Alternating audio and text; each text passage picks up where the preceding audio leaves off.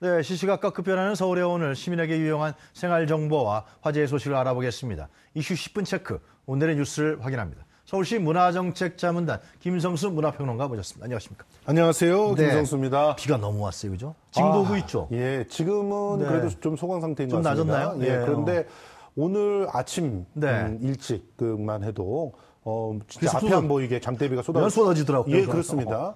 그래서 어제 오늘로 또 그저께서부터죠, 사실상 그저께 저녁서부터 시작해가지고 그냥 쏟아지는 이 비 때문에 상당히 많은 피해들이 있었는데 네. 일단 국민안전처가 23일 오전 9시 20분에 서울시 전체 또 경기도 시흥시, 인천시 지역들의 그 호우 경보 또 재난 안전 문자를 발송을 했거든요. 계속 문자 오더라고요. 예, 그렇습니다. 예. 예, 시간당 50mm가 넘는 게릴라성 폭우가 내렸는데 예. 시흥시가 기록을 세웠습니다.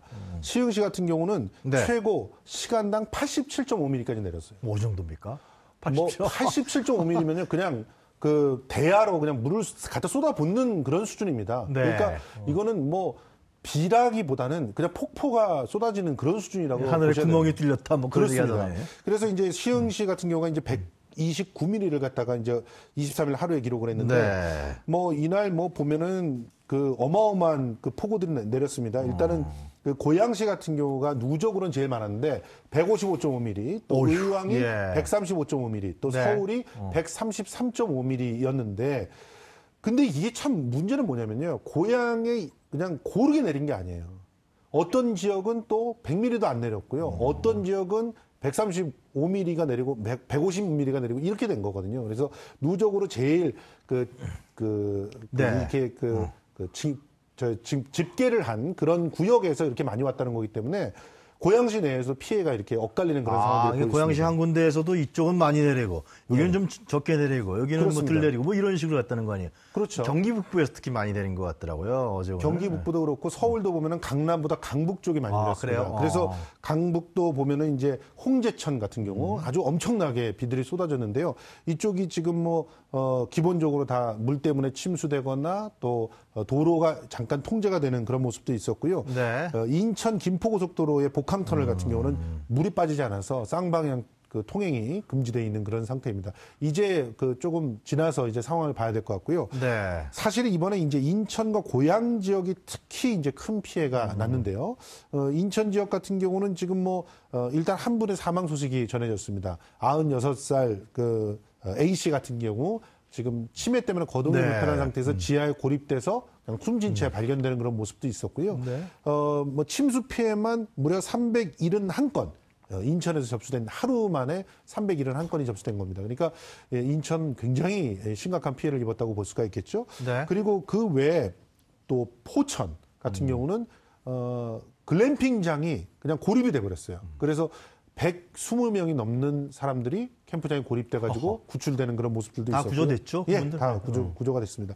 이제 지금 현재 여름이기 때문에 물놀이 관련한 그런 피서객들이 특히나 주의를 해야 되는 그런 상황인데, 안전 요원들을 갖다 최대한 상주시키면서 막으려고는 하고 있지만 지금은 일단 비가 이렇게 쏟아지는 상황은요, 철저하게 기상 정보를 듣고 만약에 조금 호우 경보 같은 게 나온다면 캠프는 특히나 철수하는 것이 좋고요.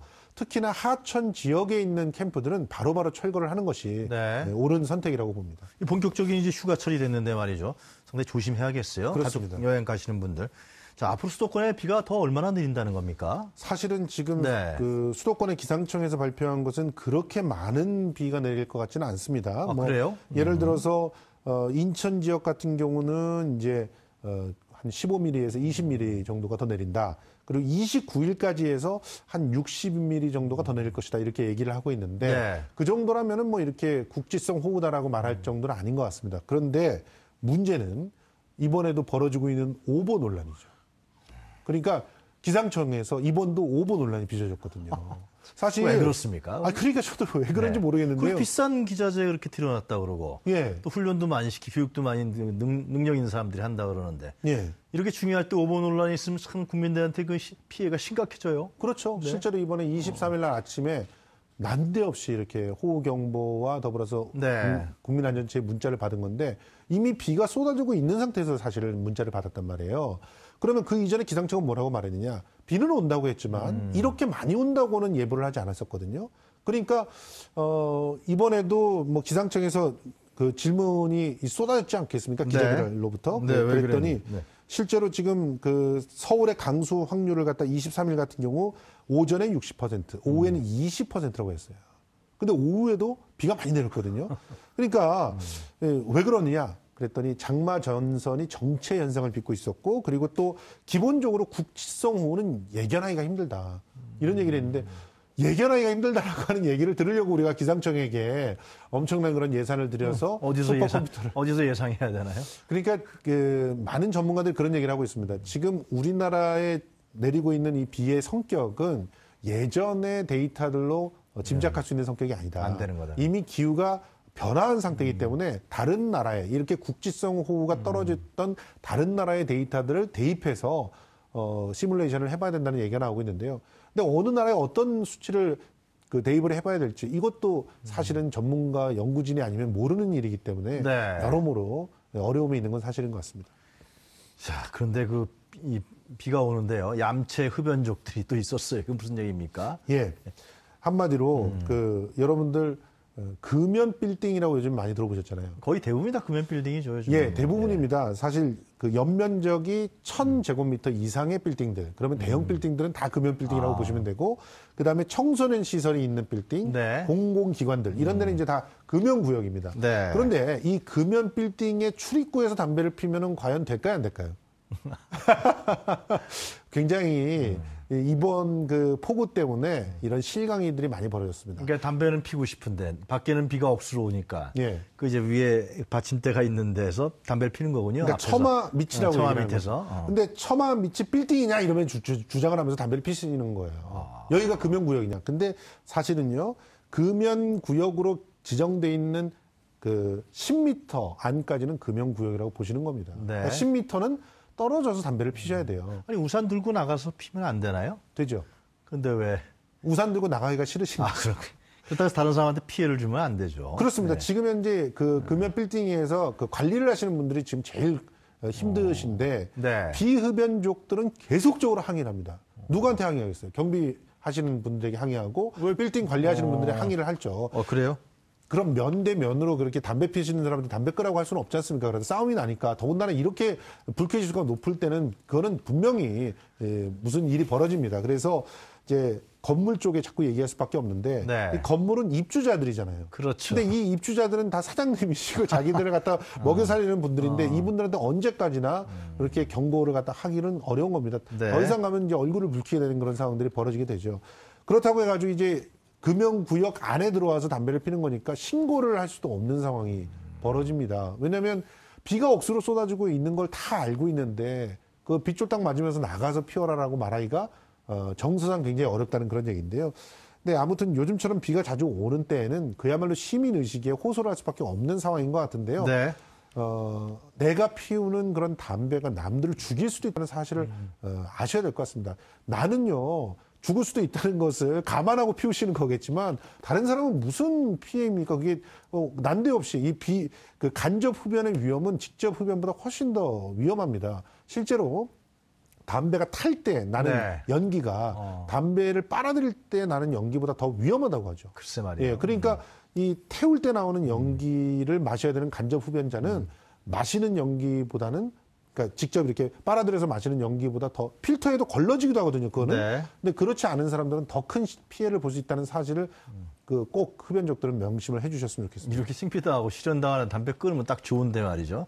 저도 그렇게 생각합니다. 못 끊으시는 모양이에요, 예. 그렇죠? 하다못해 요즘에 나오는 그런 그 뭐 무슨 쪄서 피우는 담배들 있잖아요. 태워서 피우는 담배들은 그 발암물질이 1,500가지가 더 들어가 있다 그러고 쪄서 피우는 그런 담배가 있습니까? 또 나왔어요? 그런 담배는 이제 일종의 뭐라고 해야 돼? 전자담배 같은 건데 네. 그런 것들은 차라리 좀 덜하다고 하니까 그런 거라도 좀 옮겨주셨으면 좋겠습니다. 자, 그 청년 수상을 제안했던 것이죠. 서울 청년의회. 네. 이 서울 청년의회가 다른 제안을 또 서울시에다 했습니다. 어떤 내용인가요? 굉장히 신선한 제안인데요. 네. 저도 이걸 보면서 좀 연구를 해봐야 되겠다는 생각이 들었어요. 네. 갭 이어를 두자라는 갭 겁니다. 이어? 갭 이어. 네. 그러니까 일정 뭡니까? 정도의 예. 기간 동안은 충분히 다른 경험들을 할 수 있게 시간을 허락하자. 이 개미어 제도는 그냥 쉽게 말해서 자유학기제 뭐 이렇게 생각하시면 될 것 같아요. 사회에서의 자유학기제. 네. 사회라기보다 이제 대학 내에서 주로 자유학기제라고 볼 수 있는 건데요. 근데 이게 이제 자유학기제라고 하게 되면 또 그게 학교 내에서 관리되고 뭐 이런 생각을 하니까 개미어라고 하는 표현을 쓰는데 정확하게 말하면 학교로부터도 자유로워져서 사회가 그 기간을 갖다 보장을 하는 거죠. 그러니까 4년의 학제가 있다면 그중에 2학년제나 3학년제 휴학이나 이런 것들 말고 그냥 1년을 혹은 6개월을 그런 갭이어를 둘 수 있게 해주는 겁니다. 그러게 우리 휴학하려고 그러면 절차 복잡하죠. 학비 내야 됩니다 또. 그런 거 없이 좀 풀어주자는 거예요. 그래서 그걸 통해서 해외여행도 하고 무슨 인턴 경험도 하고 그 각자가 자유롭게 색다른 경험들을 하고 나서 자기가 정말 필요한 공부가 무엇인가를 한번 점검도 해보고 그래서 다시 들어가서 공부를 하게 되면 정말 열심히 공부를 할 거예요. 그러니까 이런 부분들을 좀 신설해 주면 어떻게 되냐 서울시에 제안을 한 겁니다. 그래서 뭐 서울시에 제안한다고 해서 모든 학교에 그런 것들을 얘기하고 이러기는 어려울 겁니다. 그렇지만 서울시가 관리하는 대학, 시립대 같은 데에는 이런 부분들을 원활하게 좀 토론을 하면서 할 수도 있을 거라고 생각하고요. 더 중요한 거는 이 개미어를 할 동안 뭔가 사회적으로 좀 도움을 주면 얼마나 좋겠습니까? 개미어인 학생들을 과감하게 인턴으로 채용할 수 있게 해준다거나 개미어인 학생들을 해외여행에 보낼 때는 뭐 이런 부분을 지원해준다든가 뭐 이런 다양한 프로젝트를 사회적으로 만들 수 있지 않겠습니까? 이런 것들을 서울시가 좀 해봤으면 좋겠다라고 제안을 한 것이죠. 알겠습니다. 그 요즘에는 1인 가구들을 위한 가족 사진 찍기 프로젝트가 있기라고 그러대요. 그렇습니다. 참 다양해졌습니다. 서울청에서 하고 있어요. 아, 그래요? 예, 서울시민청에서 하는데 근데 1인 가구가 가족 사진을 찍는다 이상하잖아요. 그러면 결국 이 사람들이 무엇을 갖고 와서 가족 사진을 찍을까? 뭐 어떤 친구들은 반려동물과 함께 가족 사진을 찍기도 합니다. 어떤 친구들은 자기가 소중한 게 여기는 그런 자기의 물품들, 애장품들을 가족 사진을 찍기도 합니다. 어떤 분들은 그런 것들을 보면서 이게 뭐 하는 거야? 1인 가구들을 장려하는 거야? 쟤네들 장가가게 하고 시집 보내야 되는 거 아니야? 이러면서 항의를 하시는 분들도 있다고 하는데 사실 1인 가구라고 하는 게 내가 원해서 되는 게 아닙니다. 독립을 한다는 것은 필연이지만 1인 가구로서의 어떤 삶을 이어나가는 것은 필연만은 아니거든요. 어쩔 수 없는 선택이기도 한데 그 가운데서 나에게 위안을 주는 물품이나 혹은 동물들과 혹은 화분과 뭐 이런 것들과 함께 나의 추억을 남겨놓는 그런 그 상황들은 나의 오늘 일상을 소중하게 되새김질할 수 있게끔 하는 중요한 또 경험이기도 하거든요. 저는 1인 가구들의 가족사진 찍기 한번 권유해 드리고 싶습니다. 알겠습니다. 자, 오늘 말씀 잘 들었습니다. 감사합니다. 고맙습니다. 네, 지금까지 김성수 문화평론가였습니다.